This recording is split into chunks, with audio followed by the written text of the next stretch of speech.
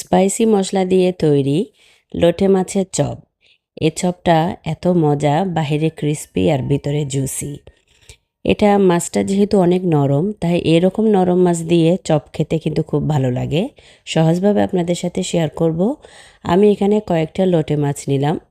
এখানে সামান্য একটু লবণ আর হলুদ মাখিয়ে আমি মাছটাকে একটু সেদ্ধ করব। সেদ্ধ করার সময় কোনো পানি দেওয়ার প্রয়োজন নেই, কারণ লোটে মাছ এমনিতেই অনেক নরম, সিদ্ধ করার সময় আরও পানি বের হয়। পানিটা যখন ভালোভাবে শুকিয়ে যাবে তখন আমি একটা স্ট্রেনারে মাছটা নিয়ে ফেলবো, এতে অতিরিক্ত পানিটা পড়ে যায়। মাছটা একটু ঠান্ডা হয়ে গেলে তারপর কাঁটাগুলো বেছে আমি এটাকে এক সাইডে রেখে দিব। এবার একটি ফ্রাইং প্যানে সামান্য একটু তেল দিলাম, এর মধ্যে কাঁচা জিরা দিলাম আমি 1 চামচ, বেশ কিছুটা পেঁয়াজ কুচি আর কয়েকটা কাঁচামরিচ দিলাম। এবার এগুলো একটু ভালোভাবে একটু ভেজে নেওয়ার পর এর মধ্যে রসুন বাটা আর আদা বাটা 1 চামচ করে দিলাম। এগুলো মশলা আরও কিছুক্ষণ ভেজে নেওয়ার পর আমি এবার মাছটা দিয়ে দিলাম। মাছটাকে মশলার সাথে একটু নাড়াচাড়া করে এর মধ্যে স্বাদ অনুযায়ী লবণ, ধনের গুঁড়া, হলুদের গুঁড়া, মরিচের গুঁড়া, গরম মশলার গুঁড়া, কালো গোলমরিচের গুঁড়া আর একটু লেবুর রস, এটা দিলে মাছের চপ খেতে খুব ভাল লাগে। এবার মাছটাকে মশলার সাথে ভালোভাবে মিক্স করব। নামানোর আগে আমি এখানে একটু ধনেপাতা আর পুদিনা পাতা দিব। ব্যাস হয়ে গেল, মাছের পুরটা রেডি। এটাকে আমি নামিয়ে ভালোভাবে ঠান্ডা করে নিব। যখন এটা ঠান্ডা হবে তারপর চপ করতে সুবিধা হয়।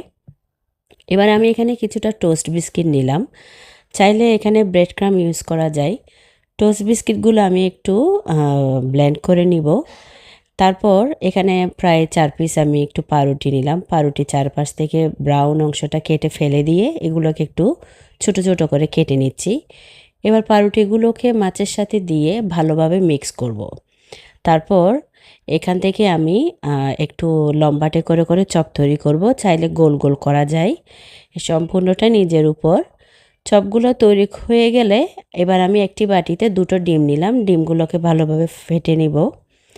তারপর প্রত্যেকটা চপ আমি ফার্স্টে ডিমের মধ্যে চুবিয়ে তারপর আবার বিস্কিটের গুঁড়ার মধ্যে একটু গড়িয়ে নিলাম। আবার ডিমের মধ্যে চুবিয়ে বিস্কিটের গুঁড়ার মধ্যে এগুলোকে গড়িয়ে নিলেই হয়ে যাবে। এভাবে করে সবগুলো তৈরি করে আমি এবার এগুলোকে ফ্রাই করে নিব। চাইলে এগুলোকে স্টোর করে রেখে দেওয়া যায়, যখন প্রয়োজন হবে তখন বের করে ফ্রাই করা যায়। আর এই চপটা খেতে কিন্তু সত্যি খুবই মজা। আজকে তাহলে এ পর্যন্তই। আসসালামু আলাইকুম।